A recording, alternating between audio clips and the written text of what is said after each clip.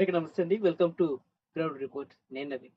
Pulivendula MLA, YCP అధినేత జగన్మోహన్ రెడ్డి తన కలల పార్టీని ఎంతో శ్రమించి కేవలం తను సీఎం అవ్వాలనే ఒక లక్ష్యంతో స్థాపించినటువంటి అత్యంత ప్రీతిపాత్రమైనటువంటి వైసీపీ పార్టీని కాంగ్రెస్‌లో విలీనం చేసేందుకు సిద్ధమవుతున్నాడు అనేటువంటి వార్తలు గత కొన్ని రోజులుగా వస్తున్నాయి.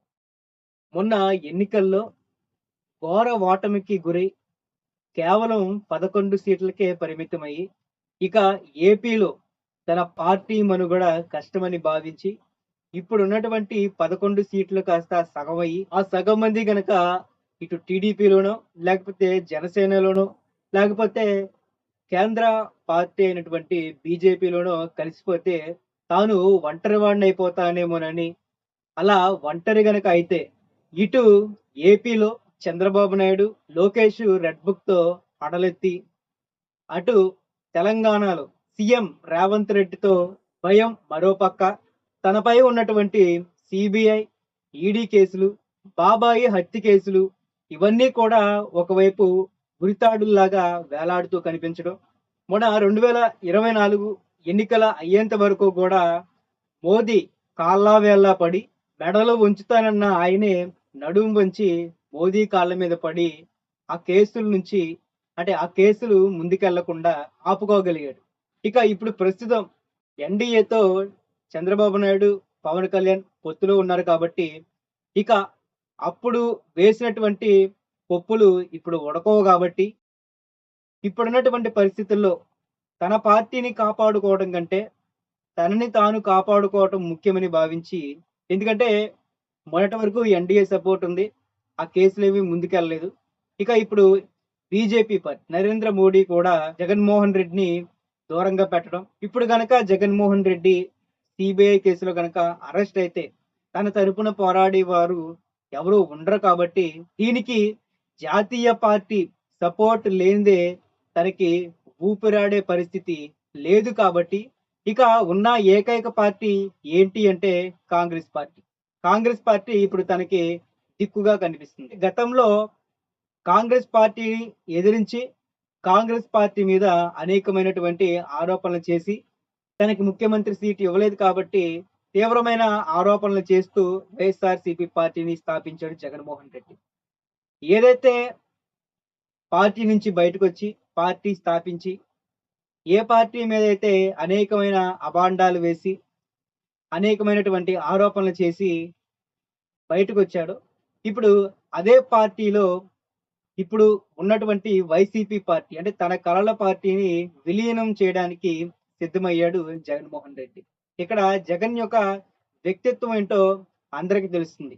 ఇక ఈ పార్టీలో ఉన్న ఎమ్మెల్యేలు కూడా జగన్ గురించి ముందే తెలుసు కాబట్టి వారు ఒక అడుగు ముందుగానే ఆలోచనలో ఉన్నట్టు సమాచారం ఉంది.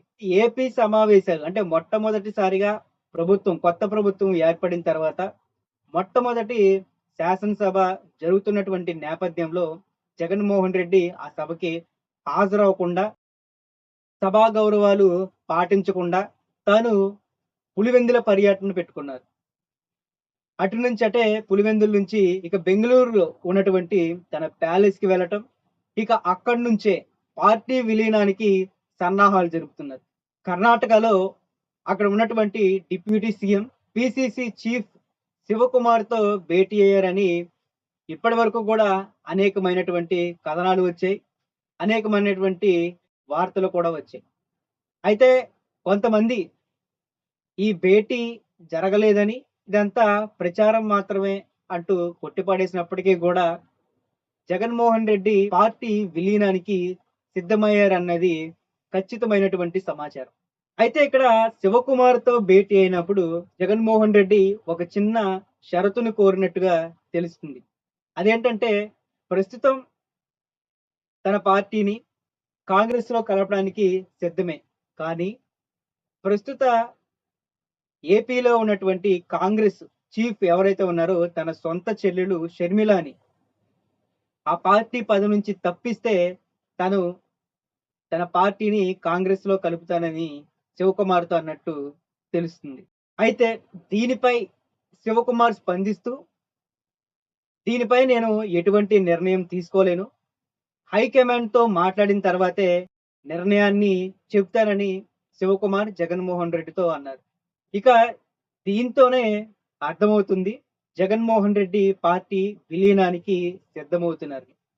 అంతేకాకుండా జగన్మోహన్ రెడ్డి ఇక బెంగుళూరులో ఉన్నటువంటి తన ప్యాలెస్‌లోనే తలదాచుకోబోతున్నాడు. ఎందుకంటే ఒకవేళ హైదరాబాద్‌లోని తన లోటస్ పాండ్‌లో గనక ఉంటే అటు రేవంత్ రెడ్డి నుంచి ఇబ్బందులు ఎదురవుతాయని, ఒకవేళ ఆంధ్రప్రదేశ్‌లో ఉన్నటువంటి తాడేపల్లిలోని తన ప్యాలెస్‌లో ఉంటే ఇక చంద్రబాబు నాయుడు, లోకేష్ ఇద్దరు వదిలిపెట్టే ప్రసక్తే లేదు కాబట్టి ఇక తను కర్ణాటకలోని తన ప్యాలెస్‌లో ఉండటమే సేఫ్ అని భావించారు.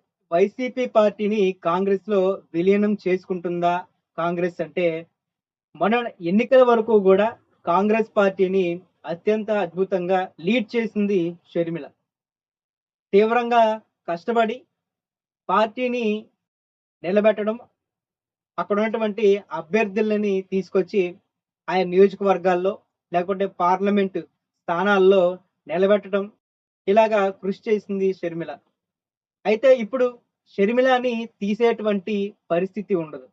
అసలు దీనికంటే గూడా జగన్మోహన్ రెడ్డిని కలవటానికే ఇష్టపడని సోనియా గాంధీ ఇక తన పార్టీని చేర్చుకుంటుందా అంటే ప్రశ్నార్థకంగానే ఉంది.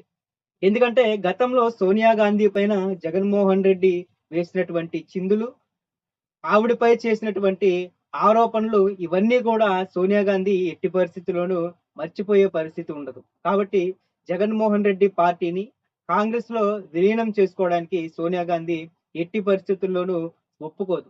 ఇంకో పక్క సీబీఐ కేసులు, బాబాయ్ హత్య కేసులు ఇవన్నీ నెత్తిన పెట్టుకున్నటువంటి జగన్ వీటితోనే నేను పార్టీలో విలీనం అవుతానంటే సోనియా ఎట్టి పరిస్థితుల్లో కూడా ఒప్పుకునేటువంటి పరిస్థితి లేదు. ఇక కాంగ్రెస్ పార్టీలో గనక విలీనం జరగకపోతే ఇప్పుడున్నటువంటి కేసులన్నీ కూడా ముదిరిపోయి ఇక తప్పించుకోలేనటువంటి పరిస్థితుల్లో జగన్ ఉండబోతున్నాడు.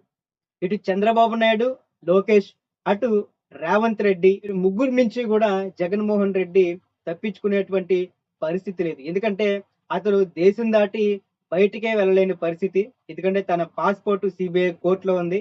దేశం దాటాలంటే కోర్ట్ పర్మిషన్ కావాలి కాబట్టి ఇక ఎక్కడికి తప్పించుకునేటువంటి అవకాశం లేదు. జగన్మోహన్ రెడ్డి, సోనియా కాళ్ళు, రాహుల్ గాంధీ కాళ్ళ వేళ్ళ పడినా ఎలాంటి లాభం లేనట్లుగానే కనిపిస్తుంది.